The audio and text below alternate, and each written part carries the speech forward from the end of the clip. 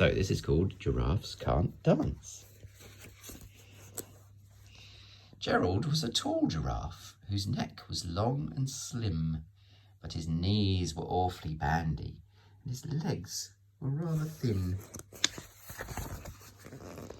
He was very good at standing still and munching shoots off trees.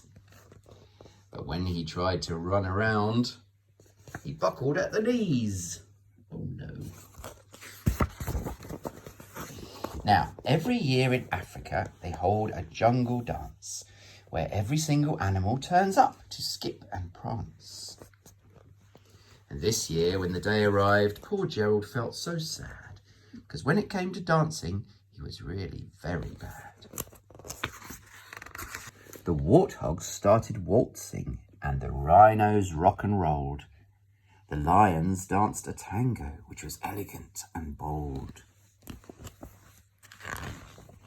The chimps all did a cha-cha with a very Latin feel, and 8 baboons then teamed up for a splendid Scottish reel.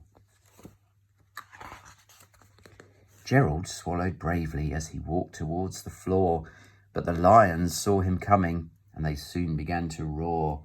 "Hey, look at clumsy Gerald," the animals all laughed.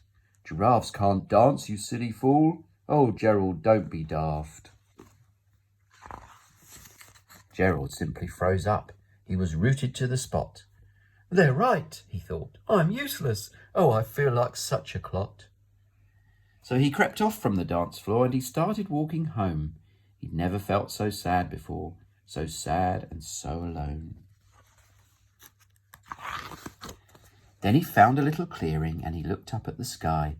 "The moon can be so beautiful," he whispered with a sigh.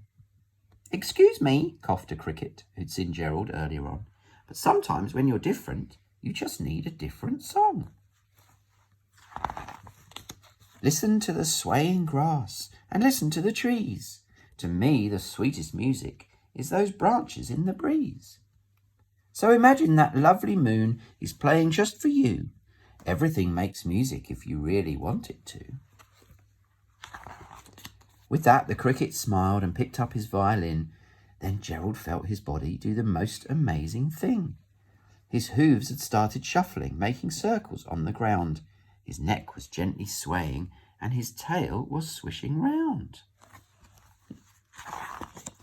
He threw his arms out sideways, and he swung them everywhere. Then he did a backward somersault and leapt up in the air.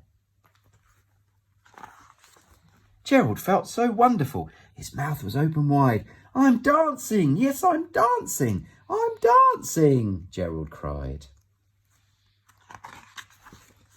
Then one by one, each animal who'd been there at the dance arrived while Gerald boogied on and watched him quite entranced. They shouted, "It's a miracle! We must be in a dream! Gerald's the best dancer that we've ever seen. How is it you can dance like that? Please, Gerald, tell us how." But Gerald simply twizzled round and finished with a bow. Ta-da! Then he raised his head and looked up at the moon and stars above. "We all can dance," he said, "when we find music that we love."